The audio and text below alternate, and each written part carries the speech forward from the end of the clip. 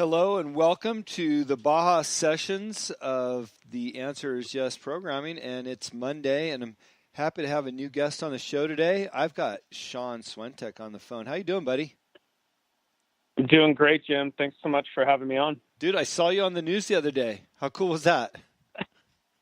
It was really cool. It's been kind of a Hollywood week for me. I was on KTLA up at their studio on Monday, and then Saturday morning I actually did 2 different live broadcasts for them from the beach remotely, which was a first-time experience for me with the earpiece in, listening to the newscasters live on the air. It was quite a interesting week for me. That was so cool. You know, if you didn't post that you were in the studio a few days earlier, I might not have thought twice about seeing you on the live TV, because I remember seeing your photo. I'm like, oh, that's cool. You got some good air coverage.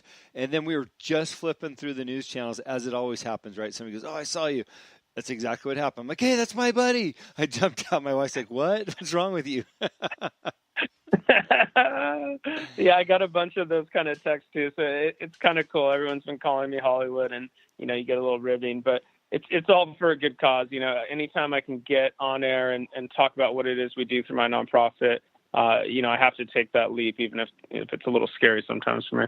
Yeah, and you know what? We totally understood. You were on the beach. The wind was blowing. You had an earpiece. You're on the spot. So I know you're worried about, you said somebody's name wrong, but nobody even knows, man. Nobody cares. I'm such a stickler for details that I felt terrible. I kind of got fed the wrong name of the newscaster, and I thought I was being a real gentleman calling her by name the whole time, but I was calling her by someone else. Yeah. Oh, well. Hey, man, I wanted to talk to you, dude, because, you're an investor in Baja United, and I just thought it'd be appropriate to have an investor on the show. Right now we've got our second capital raise open for people to get involved. It's a minimum investment of $100. You've been involved for a while now, and I just really appreciate your support. You've been buying wine. Your pops is all about it. So can you what made you interested in getting involved? That would be nice to hear from you. Yeah, absolutely. I mean, initially what drove my interest is just, the relationship I had with you. We've known each other, probably a little over 10 years now, met through the beverage industry, you on the kettle and the Azuñia side, and me sort of managing restaurants and buying your wares, if you will. Yeah. So when I saw that you had a new venture going, I was immediately intrigued. It was an interesting time in our lives where we had just had some money come in, and I was looking to place it in a few different areas. And so it was just kind of fortuitous with the timing.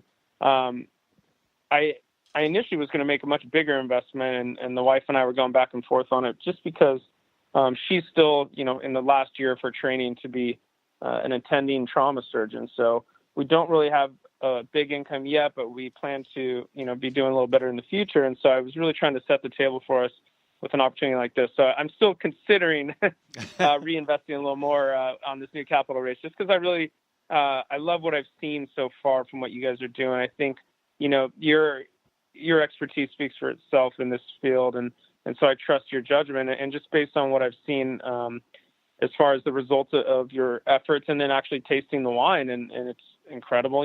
Yeah. I've been a big believer in all the, the craft stuff that's coming out of Mexico for a long time now. My wife happens to be Mexican. She's got family in Ensenada. We've been down there to the wineries. We know the quality of what's being made down there, and really the lack of access to that in the United States is what I think you're really trying to fix. So it hit a lot of boxes for me that made sense. And it was a pretty small investment initially for us. So there wasn't a lot of risk, and yeah, we're just excited to do it. And then I think the thing that really pushed over the edge for me is the fact that you have a charitable aspect to your company, and you donate back to Baja, to the orphanages there. And given that I run a nonprofit that serves, disabled youth or youth in need, it really spoke to me in that way as well. Yeah, well, I appreciate it.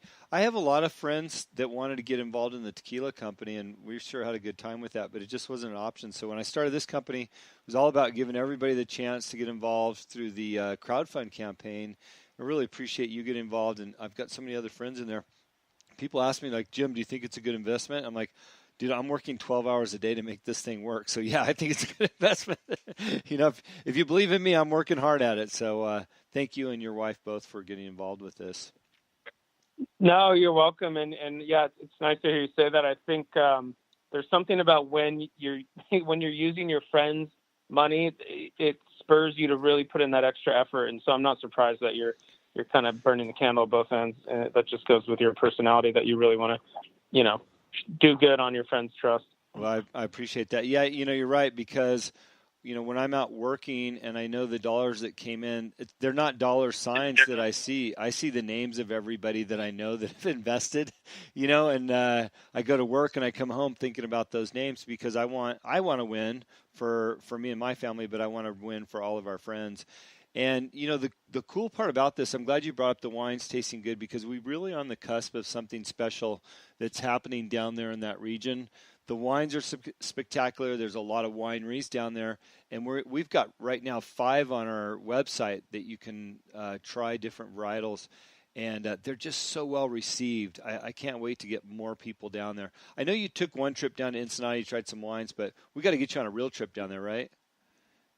Yeah, I would love that. I think I read the other day that, one of the 3 pillars of Baja United is this idea that you guys do these, I don't want to use the word luxury if that's not right, but you do these sort of wine excursions for people from the States and other areas to come down and experience it, right? Yeah, we work with 2 travel companies right now, Boca Roja Tours, they're out of San Diego, and then Baja Voyager, who's out of Mexico themselves. So it depends on where you're at and how you want to get down there, but we work with both of them. And if you really wanted to get crazy, there's a helicopter service that we've used out of Montgomery Field in San Diego. They'll take you, clear customs in Ensenada, and then they will take you to each winery via helicopter. How insane is that?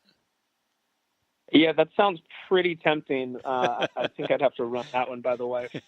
Yeah, it's not necessarily cheap, but if you want to go crazy, we had an investor. I talked to an investor this week, and he's like, "Hey, is there an airfield down there?" I said, "Yeah, you can fly into Ensenada." He goes, "No, I mean like right in the Valle. Can I fly into the Valle?" I'm like, "That I don't know. I haven't seen any planes land in the Valle yet." Hey, if the price is right, anything's possible. Yeah, well, I love dreamers, so we'll try to find him an airstrip somewhere.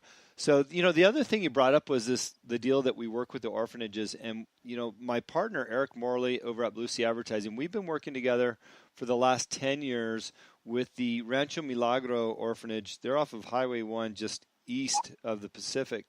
And it's just been some great work over the years. We've had a lot of companies get involved through our off-road efforts. And, they kind of shut their doors over there, so we had to go a little bit further. And now we're working with Corazon de Vida. They're out of Irvine, California, kind of in your neck of the woods. And they work with 10 orphanages every year. And they have the ability to vet them and make sure that the money's going to the right spot for all the right reasons. And this is something really cool because I know you're holding a baby right now, feeding a baby. How old is your baby, by the way? Let's give a shout out for the baby. Yeah, our little girl, Sia, she is 8.5 weeks. So just very young still and tiny. She was 3 weeks early. Wow. So all she does right now is eat because she's trying to catch up with her peers. And I think she's hitting a little growth spurt. So she is like her dad and she likes to eat all day. Nothing wrong with that. Well, Corazon de Vida right now is working with an orphanage in Tijuana where they're building out an additional wing or ward to the orphanage where it can accommodate newborns and babies because right now there's nothing federally certified in that area that can accommodate the baby. So that's what the funds are going for this year. It's a $100,000 raise, and they're pushing hard to make it all happen. I'm really excited that we have a tangible asset that we're building and working on for 2018. So I knew you had a baby in the hand, so I just figured I'd bring that up. No, you know what? I love it. It's an amazing cause. I'm familiar with Corazon de Vida, so I love that you guys vet the people you're working with. I'm excited that you guys have that aspect of the organization. I think, social good is such an important component in any successful company nowadays. Yeah. The fact that you're out ahead of that is really smart. Well, we wanted to put our foot in the sand that we're going to have a charitable component to our business. And we put it up front. We didn't wait for us to be a success. And, again, I'm so appreciative of the people that invested knowing that because I've had other people say, well, I don't really like that component. And it's like, okay, that's fine for you, but this is who we are and this is who we want to be. So either you're in or you're not. So I'm glad that you see it that way. And, again, we appreciate you. So listen, man, let's talk about why I saw you on the news. You have your own charitable organization, and I want to hear all about it because I think, as somebody that's in Baja United, financially, you're invested in it. I want to support what you're doing up here in the States. Can you tell us about the name and what you guys are up to? Yeah, absolutely. So our organization is called A Walk on Water. We like to shorten that to AWOW. The initials AWOW. We founded this group of us 6 years ago in 2012. What A Walk on Water does is provide surf therapy to children with special needs and their siblings. If surf therapy sounds like something you haven't heard before, it's probably because it's a fairly new term. It basically describes the act of providing, I don't want to call them surf lessons, but, guided surf instruction in the ocean through trained, what we call surf therapists. So in our organization, at least, that looks like a tandem surf session on a big old board with a highly trained instructor on the board with the child surfing together on one board.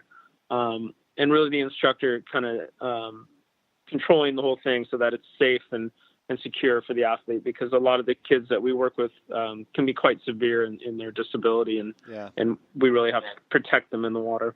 Yeah. So what made you start that? I mean, where did this come from? There was a lot of saying yes along the way, as a nod to your podcast. I started in the field of nonprofit work in 99. So next year will be 20 years for me. I started with Special Olympics, was immediately drawn to just the power of these athletes, these kids with special needs who have this determination and resolve to not really let limiting factors in their life determine what they're capable of. Uh-huh. And that really spoke to me as someone who was always kind of a scrapper and didn't always have all the same opportunities as other people and kind of had to fight for what I wanted. That really spoke to me as I saw these kids. And from there, I grew into an organization called Surfers Healing, which provides surf therapy to children on the autism spectrum. And I was with them around 10 years. And through that, I met the guys and gals that would form the basis of A Walk on Water. And, we looked at what Surfers Healing was doing, and we saw, some real magic and power in it. And we felt we could take that and open it up to a larger population, outside of just, people on the autism spectrum. So Walk on Water serves anyone and everyone with any disability, any special need. It could be a child that is fighting cancer. It could be a child dealing with homelessness or socioeconomic issues. Really, our mantra is, anyone who could benefit from some time in the ocean and needs help to do so is welcome to come join us. How about a 50-year-old child that's got two little girls that needs to get out of the house? Buddy, I will throw you on the front of my board and take you out anytime. I've known you for a long time, but we never talked about surfing together. And actually, surfing in Mexico is what brought me down there originally back in 1983. And I've been surfing my whole life. So I was so stoked when I saw that was something you were doing. I had no idea that you were surfing. I only knew you at the bar. Yeah, you know what? I think it's easy, and it's funny. There's probably a lot more to this, and I think there's been a lot of times in my life where I felt like I was living two separate lives. But, like you said, I was in the bar scene for a long time. I was, managing and running restaurants and bars. And then, during the day, I was volunteering for nonprofits. So, those who know the bar industry know that it's full of vices, and then you sort of feel like you're balancing yourself out with the work you do and your donated time. So I think that's probably why those subjects didn't really come up when we're sitting there, slinging booze. But for me, my even though I was doing one for money and the other for passion, I was really always focused on the nonprofit stuff as something that I could tell really meant a lot more to me than chasing a dollar or trying to get someone boozed up at the bar. Yeah, sure. Well, it just shows so much about yourself and what you care about, and adds depth to our relationship, certainly. So how many people do you have at your organization now? Boy, too many to count. Wow. So we were entirely volunteer run. I was on the board of directors along with a few others for the first 5 years. And then in December of last year, we got to the end of the year and we had our best fundraising year ever. And we had some extra money in the bank. And we said, it's about time that someone get paid to really run the operations of this, because as you know